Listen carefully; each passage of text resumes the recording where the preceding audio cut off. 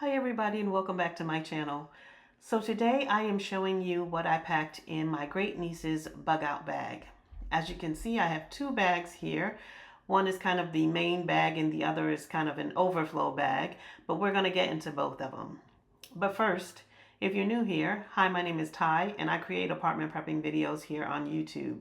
I do prep on a budget and with small space storage in mind. So if you're interested in prepping, apartment prepping, or prepping on a budget, go ahead and hit that subscribe button. Now, if you're new to the term bug out bag, a bug out bag is basically just a pre-packed bag of survival essentials that is meant to get you through 72 hours should you ever have to leave your home suddenly. The idea being that either you'll be back at home within that 72-hour period or you will be in a new location where you can shelter in place.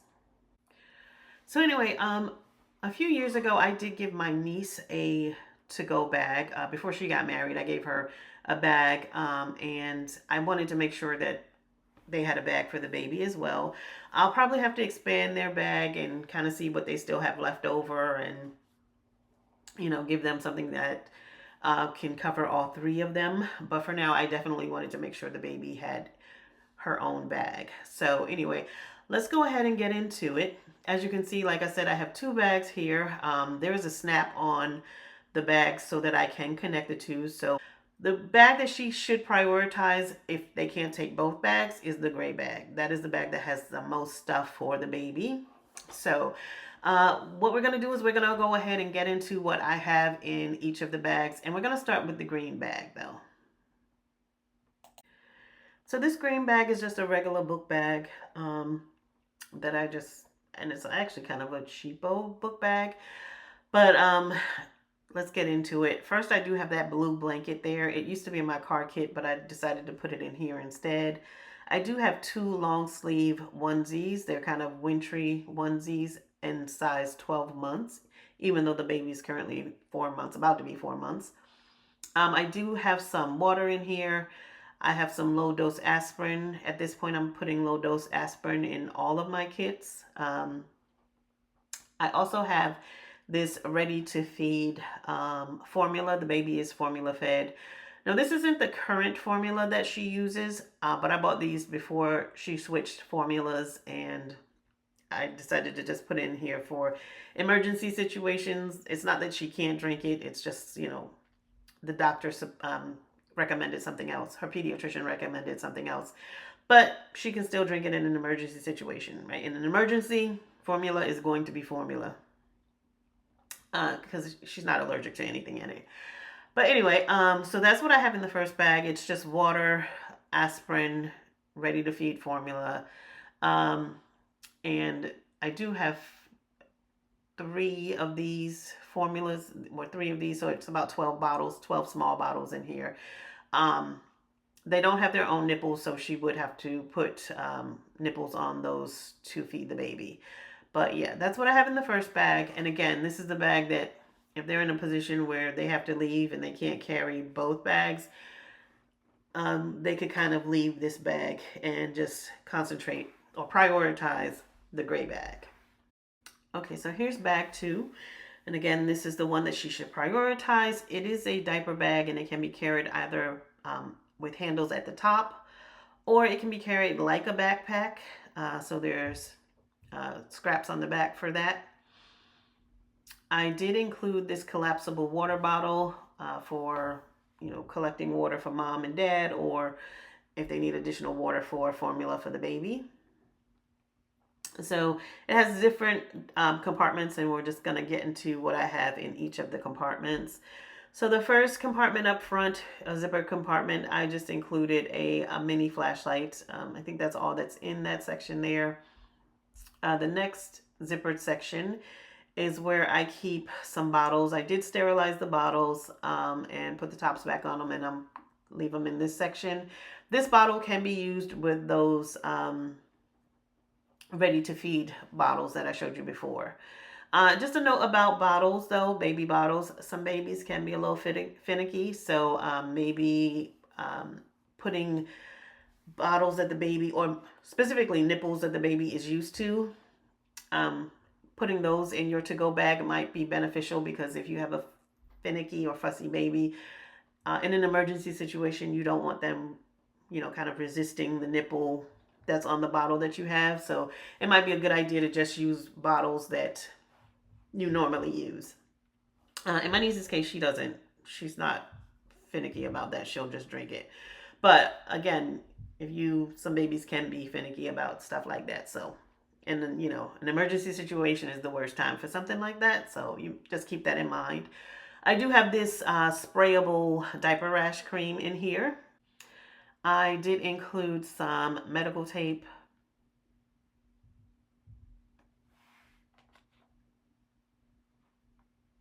I included some disinfecting wipes, baby lotion.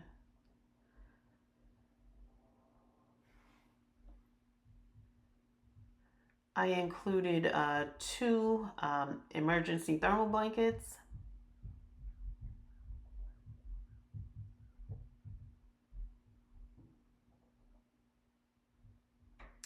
I also have some hand warmers down here. I have more than one pack.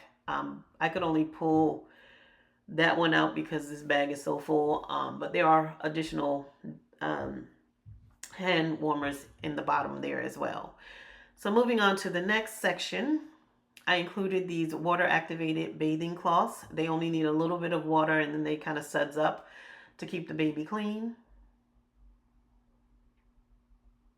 I included some hand sanitizer.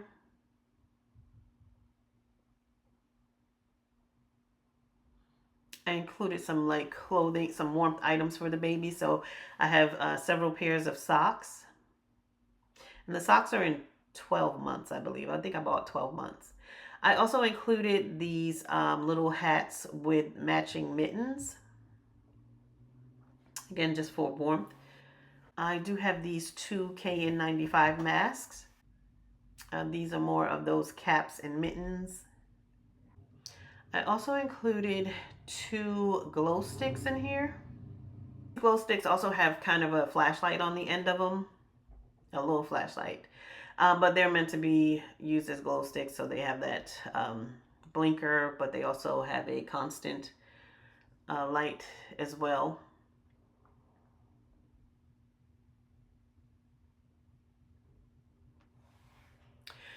Okay, so moving on, that's everything that I have in those sections. There are side pockets on this diaper bag. So on the first side pocket,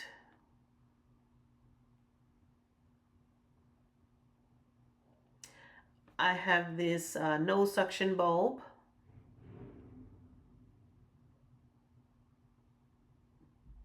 And I also included some infant Tylenol.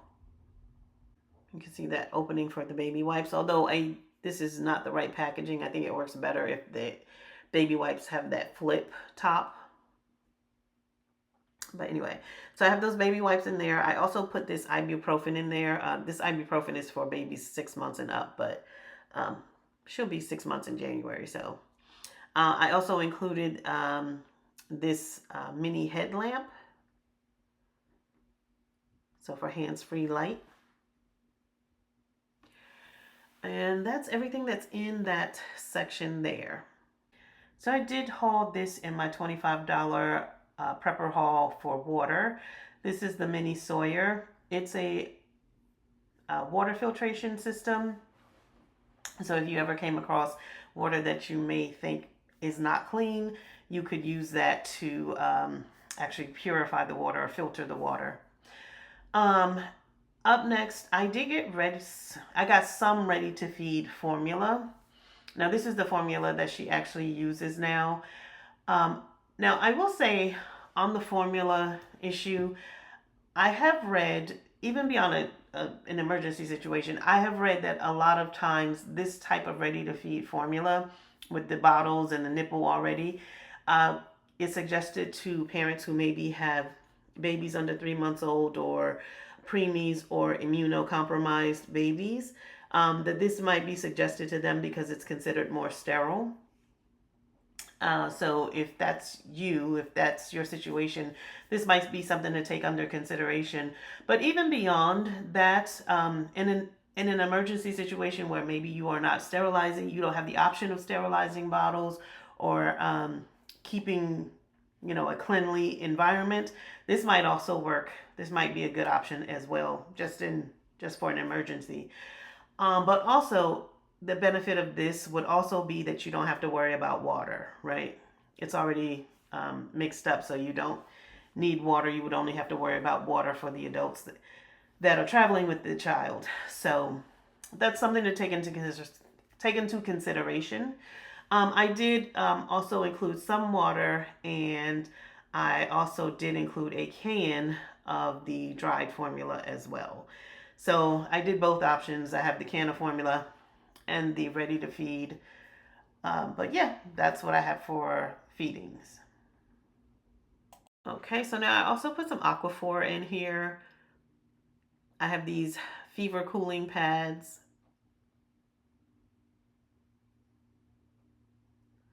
This is like a little medicine dispenser. It has like a pacifier on the end to, kind of make it easier for the baby to take the medicine. This is a pacifier that I keep forgetting to sterilize. I'm going to get that sterilized before I give it to her, though. I did put some gauze in here as well. And then I put some vacuum sealed clothing items in here in this part as well. So these are actually cloth diapers. But first I'll pull out the vacuum sealed clothing items in here as well. So these are 2 sleepers and a swaddle. And the swaddle is just for added warmth. The 2 sleepers that I put in here are size 6 months. Again, the baby is about to be 4 months. But I wanted to put bigger size clothing in here because I don't live in the house with the baby, so I'm not able to cycle out clothing based on her size. So I decided to go with bigger options. And these are the cloth diapers. Now, I picked these because, again, because I'm not able to cycle out, because I don't live in the household with the baby, I'm not able to cycle out based on sizes. These cloth diapers can fit babies newborn to toddlers. So no matter, these would last. I could put these in here and they could stay in there for at least 2 years and she would be fine to wear these items. Now the problem is there are only 6 of these diapers in here. I think probably in January I will buy more to put into the bag. But for now, these are 6. I do know that they keep diapers in their cars, extra diapers in their cars. So in an emergency situation where they maybe have to bug out by car, they would have disposable diapers as well as these cloth diapers. So, however, in a case where they would have to bug out by foot, they would have these diapers, which would probably last about a day. But hopefully within that day, they would be in a position they would be somewhere where they can either go back home or they would be able to be in a place where they could wash the cloth diapers. So this is the changing pad that came in the diaper bag. So you could just use that when you get ready to change the baby's diaper. But that's everything that was in the 2 bags. And right now what I'm going to do is I'm going to show you the first aid kit that I put together to go along with this. So no bug out bag is complete without a first aid kit. I actually bought this first aid kit off of Walmart or out of Walmart. I think it came out of the store. I can't remember. But I got it from Walmart. I don't remember how much I paid for it. There's some items in it that did come with the kit, and then there are some items that I added, and I'll go through and tell you what I added so you can get a view of what actually came inside of it. But this is what it says on the front: be smart, get prepared. So going through here, it did come with those bandages right there, the regular band-aids. I did put some, I think these are like colloid bandages or blisters. They're specifically for blisters. I put them in there. I did put this thermometer in here. These are insect bite patches, which came in the kit.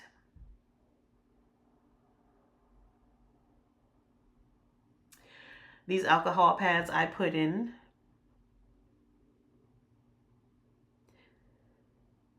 This is sunscreen, which came in the little kit. These antiseptic wipes also came in the kit. I put this Neosporin in. Vicks wound gel came in the kit.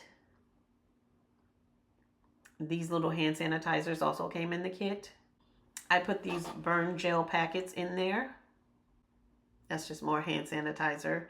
I put these Dermaplast wound wipes in here. I put these steri strips in here. I put the burn gel in there.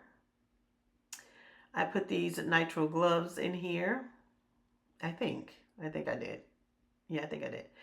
I put these BZK antiseptic towelettes in here. More of those colloid bandages that I put in there. And the antiseptic wipes came in the kit. And that's everything that was in that kit that's in that first aid kit. So anyway, a couple of other notes about what I am including in this bag. I'm including some note cards with some information to my niece about my own plans should something happen in an emergency situation, you know, kind of where I plan on going. I'm including telephone numbers and physical addresses for her, and just kind of giving her that information because they're not preppers. But I want them to know where I'm going to be in the hopes that, you know, they'll make their way there or what they should be doing. Also, some of the note cards will have like kind of some instructions about some of the stuff that's in here, like a list of things that is in here and that sort of thing. So yeah, that's everything that I could think of. Like I said, I'm going to be revamping in January. I just wanted to hurry up and get this to her. And then in January, I will be revamping my own and then also looking at theirs. You know, what to put in there for my niece and her husband to get them through an emergency situation. So anyway, that is it for this video. I hope to be done with this until January. But that's it for this video. I hope you enjoyed it. If you did, please give it a thumbs up and consider subscribing to the channel. Thanks for watching. Y'all have a great week. Bye-bye.